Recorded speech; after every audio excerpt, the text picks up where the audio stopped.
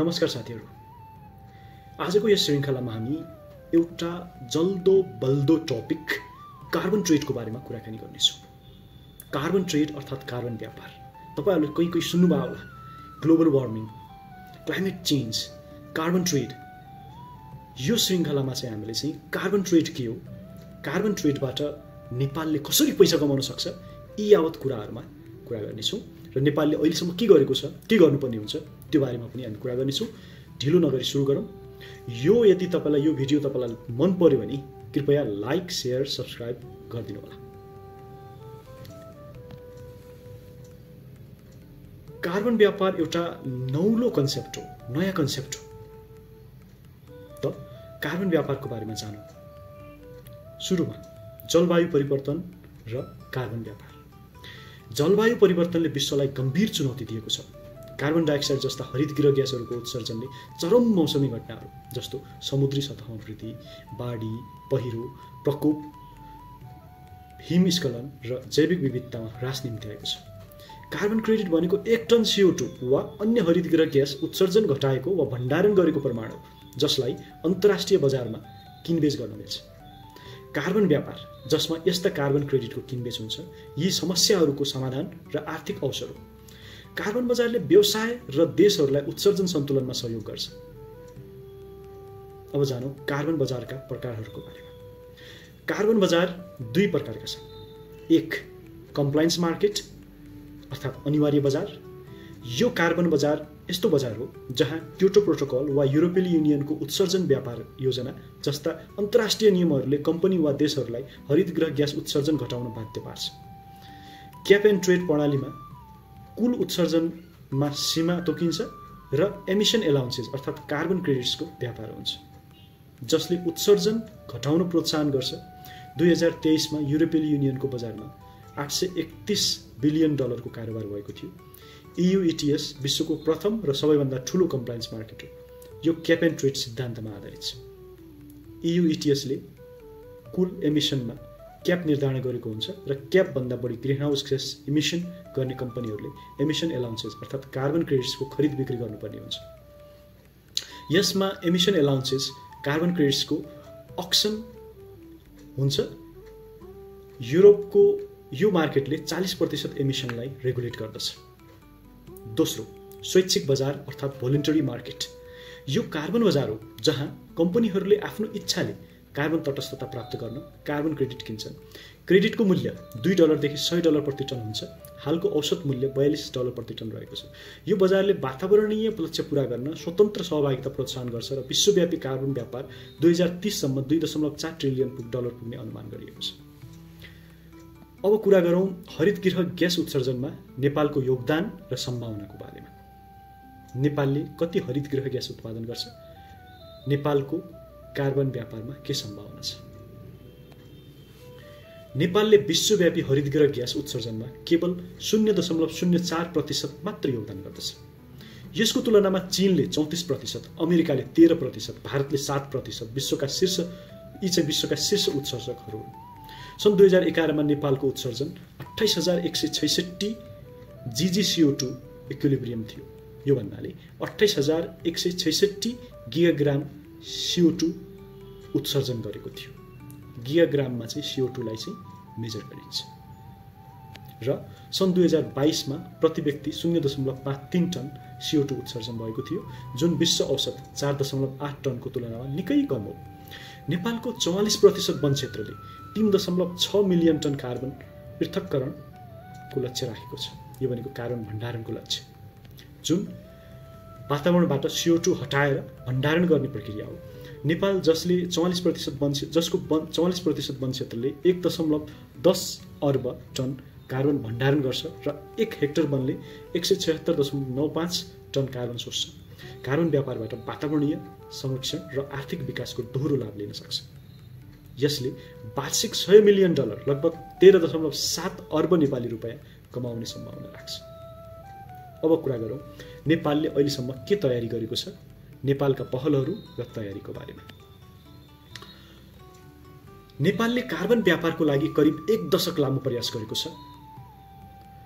2018 मा REDD+ reducing emissions from deforestation and forest degradation अर्थात् REDD plus रणनीति तयार गरेको थियो। यो वन विनाश र वन क्षयलाई सम्बोधन गर्न 75 गतिविधिहरू सहितको राष्ट्रिय योजना हो। अर्को, उत्सर्जन न्यूनीकरण कार्यक्रम दस्तावेज, emission reduction programme document ERPD को विकास। ERPD एउटा महत्त्वपूर्ण दस्तावेज हो जसले REDD प्लस कार्यक्रमलाई कार्यान्वयन गर्न विस्तृत मार्गदर्शन प्रदान गर्छ। अर्को, सुरक्षा सूचना प्रणाली, सेफगार्ड इन्फर्मेसन सिस्टमको विकास। सुरक्षा सूचना प्रणाली भनेको वन संरक्षण र कार्बन उत्सर्जन न्यूनीकरणका गतिविधिहरू कार्यान्वयन गर्दा सामाजिक, वातावरणीय, लैङ्गिक र आदिवासी समुदायका मुद्दाहरूलाई संरक्षण गर्न स्थापित प्रणाली हो। अर्को, MRV अर्थात् मेजरमेन्ट रिपोर्टिङ भेरिफिकेसन सिस्टमको विकास। MRV को विकास। MRV भनेको वनबाट हुने कार्बन डाइअक्साइड उत्सर्जन र भण्डारणको मापन, प्रतिवेदन र प्रमाणीकरण गर्ने प्रणाली हो। अब कुरा गरौँ नेपालले हालसम्म के उपलब्धिहरू गरेको छ कार्बन ट्रेडको क्षेत्रमा। हालसम्मका उपलब्धिहरू, सन् 2021 मा विश्व बैंकको वन कार्यक्रम वन कार्बन साझेदारी सुविधा forest carbon partnership facility FCPF सँग भएको $45 मिलियन को सम्झौताले तराई आर्क ल्यान्डस्केपमा सन् 2025 सम्म 90 लाख टन CO2 उत्सर्जन घटाउने लक्ष्य राखेको छ। यसमा प्रति टन $5 को दरले भुक्तानी हुन्छ। नेपालले REDD प्लस कार्यक्रम मार्फत सन् 2024 सम्म $12.2 मिलियन लगभग 1.67 अर्ब नेपाली रुपैयाँ कमाइसकेको छ। त साथीहरू, नेपालले अहिलेसम्म $12.2 मिलियन REDD प्लस प्रोग्राम मार्फत मात्र नै कमाइसकेको छ, जुन चाहिँ लगभग 1.67 अर्ब नेपाली रुपैयाँ आउन आउँछ।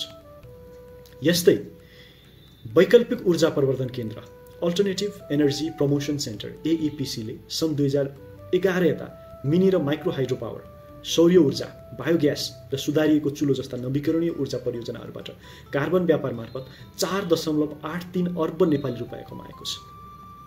त यो अर्को कमाई 4.83 अर्ब नेपाली रुपैयाँ, जुन चाहिँ AEPC को सक्रियतामा नेपालले कमाएको। यी परियोजनाले 6 मिलियन टन CO2 उत्सर्जन घटाएका छन्। अर्को, सन् 2025 को जनवरीमा स्वतन्त्र विद्युत उत्पादकहरूको सङ्घ Nepal, independent power producers association of Nepal, IPAN भनिन्छ, यो र प्रोक्लाइन बीच 2000 मेगावाट हाइड्रो पावरलाई कार्बन व्यापारमा समावेश गर्ने सम्झौता मेमोरेन्डम अफ अन्डरस्ट्यान्डिङ MOU भएको छ। यो अन्तिम पल्ट भएको यो IPAN र प्रोक्लाइन बीच चाहिँ सम्झौता भएको के हो भने नेपालमा अब 2000 मेगावाट इलेक्ट्रिसिटी जुन प्रोडक्सन हुनेवाला छ, त्यो परियोजनालाई हामीले ग्रीन बनाएर अर्थात् कार्बन ट्रेड अन्तर्गत त्यसलाई राखेर नेपालले चाहिँ त्यो परियोजनालाई हामीले ग्रीन प्रोजेक्टको रूपमा विकास गर्छौँ र त्यसबाट चाहिँ हामीले चाहिँ कार्बन क्रेडिट पाउँछौँ र कार्बन क्रेडिटलाई सेल गर्न सक्छौँ। योले पनि नेपाललाई चाहिँ केही रेभेन्यू दिनेवाला छ, जुन चाहिँ अहिले रियलाइज भएको छैन। आउने दिनमा चाहिँ यो रकम आम्दानी हुनेछ। अब कुरा गरौँ नेपालको कार्बन व्यापारमा चुनौतीहरूको बारेमा। कार्बन व्यापार त भन्यो, तर चुनौतीहरू के छ त नेपालको कार्बन व्यापारमा केही प्रमुख चुनौतीहरू छन्। जस्तो पहिलो, नेपालको कार्बन क्रेडिटको मूल्य अन्तर्राष्ट्रिय बजारमा प्रति टन $5 मात्र छ, जबकि स्वैच्छिक बजारमा यो $100 सम्म पुग्छ। दोस्रो, मापन, रिपोर्टिङ र प्रमाणीकरण अर्थात् MRV प्रणाली कमजोर हुँदा क्रेडिटको विश्वसनीयता घट्छ। तेस्रो, प्राविधिक र संस्थागत क्षमता नेपालको सीमित छ। चौथो, वन डढेलो जस्ता जोखिमले कार्बन भण्डारणमा असर पार्छ, जसका लागि नेपालले 23% उत्सर्जनलाई बफरको रूपमा राखेको छ।